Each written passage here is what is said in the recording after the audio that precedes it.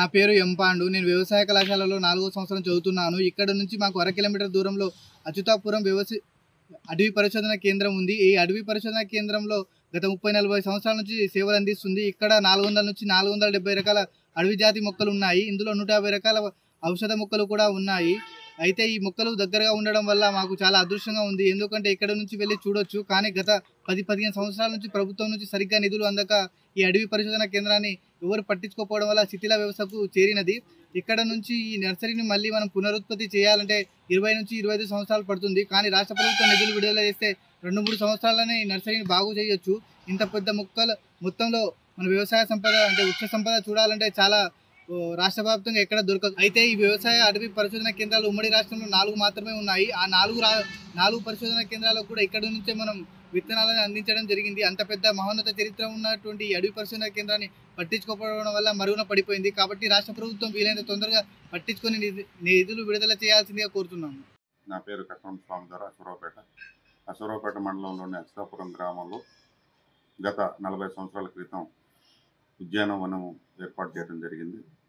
ఆ ఉద్యానవనంలో ఇతర దేశాల నుంచి కొన్ని మొక్కలు తీసుకొచ్చి కూడా కొన్ని ప్రాంతాల నుంచి కూడా మొక్కలు వేరు అడవిలో ఉన్నటువంటి మొక్కలను తీసుకొచ్చి 475 మొక్కలు అక్కడ పెంచడం జరిగింది. కొన్ని సంవత్సరాల తర్వాత ఆ మొక్కలు పెంచేటటువంటి క్రమంలో ఇక్కడి నుంచి కూడా ఉమ్మడి ఆంధ్రప్రదేశ్లో ఉన్నటువంటి ఉద్యాన వనాలకు కూడా ఇక్కడి నుంచి కొంత ఎక్స్పోర్ట్ చేయడం జరిగింది. అలానే ఇక్కడ ఆ ఉద్యానవనంలో పనిచేసేటటువంటి దగ్గర రోజువారీ ఒక 50 మంది కూలీలు కూడా పనిచేసేవారు. ఇక్కడ ఉద్యానవనంలో అందులో అడవిలో ఉండే మొక్కలు కొంతమందికి తెలియకపోవచ్చు, కానీ అవి పండ్ల మొక్కలు ఉంటున్నాయి, కొన్ని ఔషధ మొక్కలు ఉంటున్నాయి, కొన్ని పూల మొక్కలు ఉంటున్నాయి. ఇక్కడ అలా పెంచడానికి గల కారణం ఏంటిదంటే అసూరావుపేట ఏరియాలో భూసారం కూడా మొక్కలు పెంచడానికి కూడా చాలా సారవంతమైన నేలలు. దాన్ని దృష్టిలో పెట్టుకునే ఆ రోజు ఈ ఉద్యానవనం కేంద్రాన్ని ఏర్పాటు చేశారు. కానీ రాను దాని దఫాల వారీగా నిర్వరీయంగా అయిపోతుంది. ఎందుకు అయిపోతుంది అంటే ఉమ్మడి ఆంధ్రప్రదేశ్లో కొంచెం బాగానే పంది, తెలంగాణ ఏర్పడిన తర్వాతనే కొంచెం శిథిలావస్థకు చేరుకుంది. ఈరోజు కేవలం ముగ్గురు వర్కర్సే ఎంప్లాయీస్ పనిచేస్తున్నారు. అలానే దాని మీద ఆధారపడినటువంటి కూలీలు కూడా ఈరోజు ఎవరు లేరు. దీన్ని పునఃపరిశీలించి లోకల్ ఎమ్మెల్యే గారు ఆ ఉద్యానవన ఉన్న ఫారెస్ట్ పరిధిలో ఉన్నటువంటి ల్యాండ్ మొత్తాన్ని మరలా ఏర్పాటు చేసి కాంగ్రెస్ ప్రభుత్వంలో ఉన్న పెద్దలు ముఖ్యమంత్రి గారు కూడా దీనిపైన దృష్టి సారించి వెంటనే దీనికి బడ్జెట్ అలకేట్ చేసేసి మళ్ళీ పూర్వవైభవం తీసుకురావాలని కూడా కోరుతున్నాం. దీంతో పాటుగా ఇక్కడ వ్యవసాయ కళాశాల ఉంది. ఇక్కడ బుక్లో చదువుకున్నటువంటి మొక్కలు కానీ ఏవైనా పంటలు కానీ ఉన్నా కానీ ఆ ఫలాలు ఎలా ఉంటాయి అనేది కూడా తెలియదు. కానీ అదే ఉద్యానవన కేంద్రం ఉండటం వల్ల ఈ పిల్లలు పోయి అక్కడ లైవ్గా ఫలాన్ని మారేడు చెట్లు ఉంది, ఆ కొడి చెట్టు ఎట్లుంది, తవి చెట్టు ఎట్లుంది, లేకపోతే ఒక అందుగు చెట్లు ఎట్లా ఉన్నాయి, ఇంకేమైనా పండ్ల మొక్కలు ఏమనంటే లైవ్లో చూసుకోవడానికి కూడా అవకాశం ఉంటుందని కోరుకుంటూ మరొకసారి ఎమ్మెల్యే గారు దీన్ని పునఃపరిశీలించి ఏమంటే దీనిపైన నివేదికను తయారు చేసి రాష్ట్ర ప్రభుత్వానికి పంపించాలని కోరుతున్నాను. Good evening. I am Stabuk Bose.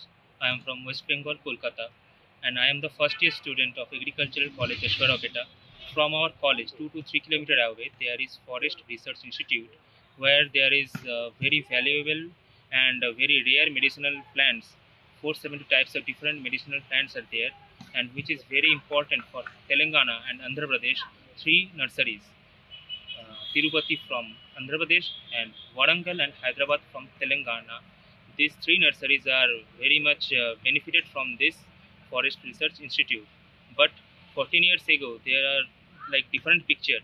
Like there were very much sufficient funding and 100 to 150 laborers working daily. But now current situation is wholly different. There is only 3 staffs and no funding, no proper funding is there. So it has become a dump yard of a factory. So I am appealing to the Telangana government, Revanth Reddy sir, to please allocate funds and please allocate staffs and laborers to betterment of the institute, and allocation of the agricultural students will be very much helpful for the betterment and refinement of the Forest Research Institute. Thank you. పేరు యుగేందర్. నేను వ్యవసాయ కళాశాలలో final year చదువుతున్నాను. మాకు దగ్గరలో ఉన్న Atchutapuram research స్టేషన్లో forest research స్టేషన్లో ఎన్నో జాతి రకాలైన మొక్కలు 475 స్పీసీస్ ఉన్నాయి. అందులో ముఖ్యమైనవి ఒక 150 స్పీషీస్ మెడిసినల్ ప్లాంట్ అనేది ఉన్నాయి. ఇది నర్సరీ అనేది ఇది ఎంతో ప్రాముఖ్యమైనది. ఇక్కడ నుంచి వచ్చే సీడ్స్ అనేది ప్రతి రీసెర్చ్ స్టేషన్కి అనేది డిస్ట్రిబ్యూట్ అనేది చేయడం జరుగుతున్నది. సంవత్సరాల నుంచి ఎన్నో అభివృద్ధి చెందిన జాతి అయిన మొక్కలని సీడ్స్ అనేది వేరే రీసెర్చ్ స్టేషన్లకు పంపడం జరుగుతున్నది. ఎంతో అభివృద్ధి చెందగలిగినది. కానీ ఒక 15 సంవత్సరాల నుంచి ప్రభుత్వం ఎలాంటి చర్యలు తీసుకోకపోవడం వల్ల మరుగున పడిపోయినది. కావున ప్రభుత్వం ఇందుకు ప్రత్యేక నిధులను ఏర్పాటు చేస్తే ఎంతో అభివృద్ధి చెంది మళ్ళీ పూర్వ వైభవం కలుగుతుందని కోరుతున్నాము. మేము వ్యవసాయ కళాశాల నుంచి ఫీల్డ్ విజిట్కి కానీ మాకు రీసెర్చ్ స్పెసిమెన్స్ చూడడానికి కానీ ఎంతో నాలెడ్జ్ అనేది ప్రాక్టికల్గా గెయిన్ చేస్తాం కాబట్టి మా స్టూడెంట్స్కి చాలా యూస్ఫుల్ అవుతుంది. సో గవర్నమెంట్ దీని మీద దృష్టి పెట్టి ఎంబడే ఫండ్ని రిలీజ్ చేయాలని కోరుకుంటున్నాము వ్యవసాయ కళాశాల తరపు నుంచి. మరిన్ని వీడియోస్ కోసం ఛానల్ ని సబ్స్క్రైబ్ చేయండి. లేటెస్ట్ అప్డేట్స్ కోసం వాట్సాప్ ఛానల్ ని ఫాలో అవ్వండి. ఆ లింక్ డిస్క్రిప్షన్ లో ఉంది.